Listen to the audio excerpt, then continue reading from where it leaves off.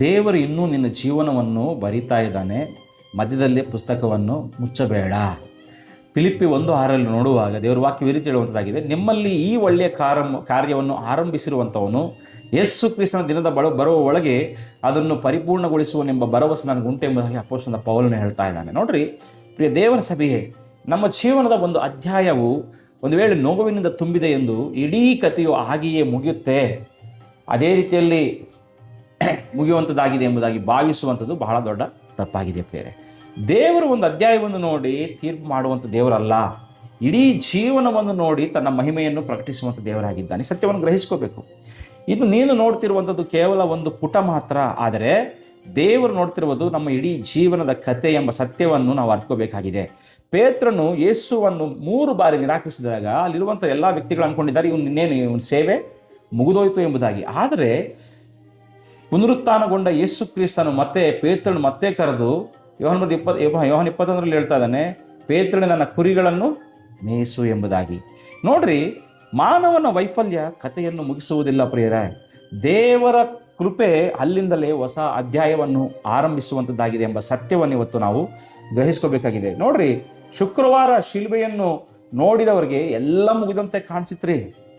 ಶಿಷ್ಯರು ತಮ್ಮ ನಿರೀಕ್ಷೆಯ ಪುಸ್ತಕವನ್ನೇ ಮುಚ್ಚಿಬಿಟ್ರು.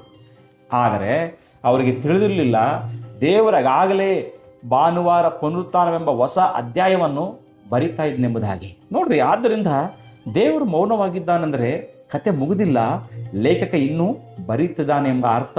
ಈ ಸತ್ಯವನ್ನು ನಾವು ಗ್ರಹಿಸ್ಕೋಬೇಕು. ಯೆಶಾಯ 43:19 ದೇವರ ವಾಕ್ಯ ಈ ರೀತಿ ಹೇಳುವಂಥದ್ದಾಗಿದೆ, ನಾನು ಹೊಸ ಕಾರ್ಯವನ್ನು ಮಾಡ್ತಾ ಇದ್ದೇನೆ.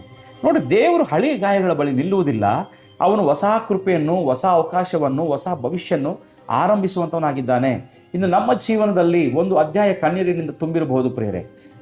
ನಮ್ಮ ಪ್ರಾರ್ಥನೆಗೆ ಇನ್ನೂ ಉತ್ತರ ಸಿಕ್ಕದೇ ಇರಬಹುದು, ನಮ್ಮ ಕನಸು ಮುರಿದು ಹೋಗಿರಬಹುದು. ಆದರೆ ನೋಡ್ರಿ, ಒಂದು ವಿಷಯ ನೆನಪಿಟ್ಕೊಳ್ರಿ, ಕಣ್ಣೀರಿನಿಂದ ಮುಗಿದ ಅಧ್ಯಾಯ ದೇವರ ಕೈಯಲ್ಲಿ ಸಾಕ್ಷಿಯಿಂದ ಆರಂಭವಾಗುವ ಮುಂದಿನ ಅಧ್ಯಾಯದ ಮುನ್ನುಡಿ ಮಾತ್ರ. ಮತ್ತೆ ಹೇಳ್ತಿದ್ದೀನಿ, ಕಣ್ಣೀರಿನಿಂದ ಮುಗಿದ ಅಧ್ಯಾಯ ದೇವರ ಕೈಯಲ್ಲಿ ಸಾಕ್ಷಿಯಿಂದ ಆರಂಭವಾಗುವ ಮುಂದಿನ ಅಧ್ಯಾಯದ ಮುನ್ನುಡಿ ಮಾತ್ರ. ಮನುಷ್ಯರು ಇದು ಅಂತ್ಯ ಎಂದು ಬರೆಯುವಂಥ ಸ್ಥಳದಲ್ಲಿ ದೇವರು ಮುಂದುವರಿಯುತ್ತಾನೆ ಎಂದು ಬರಿತಾ ಇದ್ದಾನೆ. ಅಂದರೆ ಅಲ್ಲಿ ಫುಲ್ ಸ್ಟಾಪ್ ಇಡಂಗಿಲ್ಲ, ಇಟ್ ಟು ಬಿ ಕಂಟಿನ್ಯೂಡ್ ಅಂತ ಬರೆಯುವಂಥ ದೇವರಾಗಿದ್ದಾನೆ. ನೋಡ್ರಿ, ರೋಮ 8:22 ದೇವರನ್ನು ಪ್ರೀತಿಸುವ ಎಲ್ಲ ಸಂಗತಿಗಳು ಒಳ್ಳೆಯದಾಗಿ ಅವರ ಹಿತಕ್ಕಾಗಿಯೇ ಸೇರಿ ಬರುವಂಥದ್ದಾಗಿದೆ ಎಂಬುದಾಗಿ ನಾವು ವಾಕ್ಯದಲ್ಲಿ ನೋಡ್ತಾ ಇದ್ದೇವೆ ಪ್ರಿಯರೇ. ಆದ್ದರಿಂದ ಮಧ್ಯದಲ್ಲಿ ನಂಬಿಕೆಯನ್ನು ಕಳ್ಕೊಳ್ಳುವಂಥದ್ದು ಬೇಡ, ಮಧ್ಯದಲ್ಲಿ ಪ್ರಾರ್ಥನೆಯನ್ನು ಬಿಡುವಂಥದ್ದು ಬೇಡ, ಮಧ್ಯದಲ್ಲಿ ಜೀವನದ ಪುಸ್ತಕವನ್ನು ಮುಚ್ಚುವಂಥದ್ದು ಬೇಡ. ಯಾಕಂದರೆ ನಮ್ಮ ಜೀವನದ ಕೊನೆಯ ವಾಕ್ಯವನ್ನು ಬರೆಯುವುದು ನಿನ್ನ ನೋವಲ್ಲ,